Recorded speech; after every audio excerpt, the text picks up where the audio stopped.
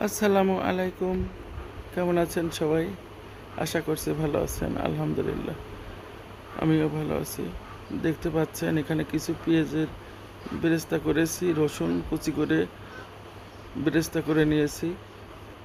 এখানে আমি কিছু ব্রয়লার মুরগি, লবণ হলুদ কিছুই দেই নাই, ওই বেরেস্তা ভাজা তেলেই ভেজে নেব। একইভাবে ব্রয়লার মুরগি খেতে খেতে সবাই কিন্তু আর খেতে চায় না, একটু মুখের রুচির পরিবর্তন হওয়ার প্রয়োজন। একই মশলা একটু ঘুরিয়ে রান্না করব আজকে, আপনারা দেখতে থাকুন। আমি কড়াইতে সাদা তেল দিলাম অল্প কিছু পেঁয়াজ কুচি, দিলাম আদা বাটা, দিলাম জিরা বাটা, হলুদের গুঁড়া, মরিচের গুঁড়া, ধনিয়া গুঁড়া, দিলাম পরিমাণ মতো লবণ। এটা আমি মশলাটা ভেজে নেব।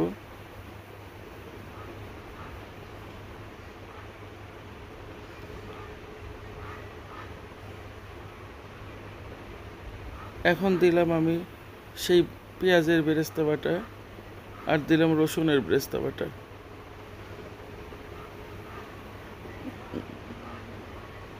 এই মশলাটাই মেইন। এখানে আমি গোটা গরম মশলা কোনো কিছুই দেই নাই। এখন দিলাম একটু বাদাম বাটা, যে কোনো বাদামই নিতে পারেন।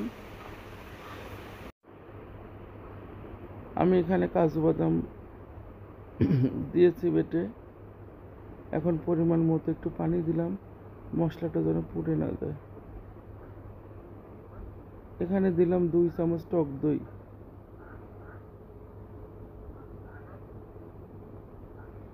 এখন আমি মশলাটা আবারও ভালোভাবে কষিয়ে নেব। এখন দিলাম ভেজে রাখা মুরগি। আমি মুরগিটা কিন্তু বেশ কড়া করেই ভেজেছি। এভাবে একবার রান্না করে খাইলে বুঝতে পারবেন কতটা মজা। একই মশলা দিয়েই কিন্তু একটু অন্যরকম করার চেষ্টা করেছি আমি।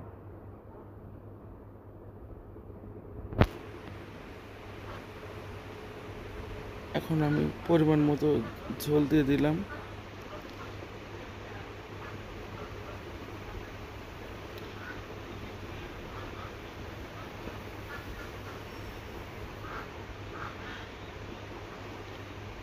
তরকারিতে বয়েল এসে গেছে।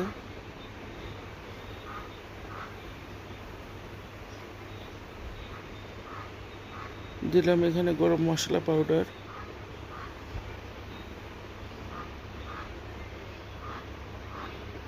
রান্নাটা প্রায় শেষ।